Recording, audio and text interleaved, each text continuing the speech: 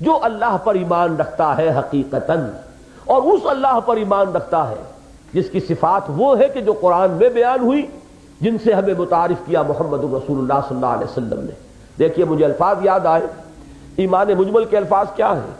آمنت باللہ کما ہوا باسمائہ و صفاتہ وقبلت جمیع احکامہ اقرار باللسان و تصدیق بالقلب۔ مجرد کسی قادر مطلق ہستی کو مان لینا، آپ کو معلوم ہے فلسفے میں یہ الفاظ استعمال ہوتے ہیں، دی ایبسولوٹ بینگ، وجود مطلق، روح کائنات، دی یونیورسل اسپرٹ۔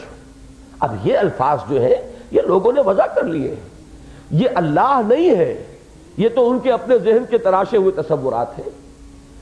حقیقت میں جس اللہ پر ایمان کی دعوت قرآن نے دی ہے اور محمد رسول اللہ نے دی ہے، وہ ان اسماء و صفات کے ساتھ ہے جو قرآن میں آئے ہیں۔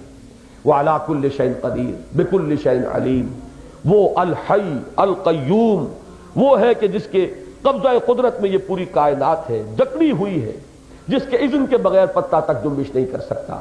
اب اگر اس خدا پر آپ کا یقین ہے تو جو بھی حالت آ رہی ہے آپ یہ جان رہے ہیں اس میں میرے رب کا اذن شامل ہے، یہ جو بغیر اللہ کی اجازت کے یہ کام نہیں ہو سکتا تھا۔ اور میرا اللہ جس پر کہ میرا ایمان ہے، جس سے میرا دوستی کا تعلق ہے، ذہن میں رکھیے گا لفظ ولایت کیا ہے، ایمان کا نتیجہ کیا ہے؟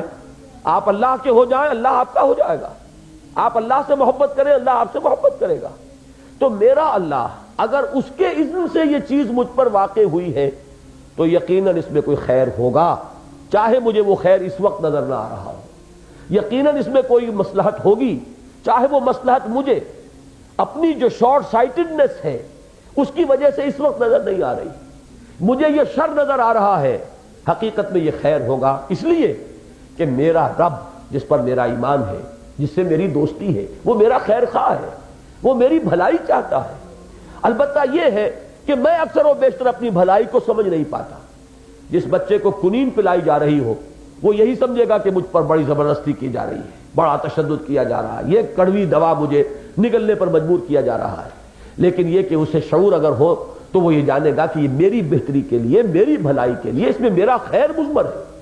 تو کم سے کم اس مثال کو سامنے رکھیے کہ اللہ تعالیٰ کے ساتھ یہ تعلق اگر قلبی نہیں ہے تو اس کا مطلب یہ ہے کہ ابھی حقیقتاً ایمان باللہ کی کیفیت پیدا نہیں ہوئی۔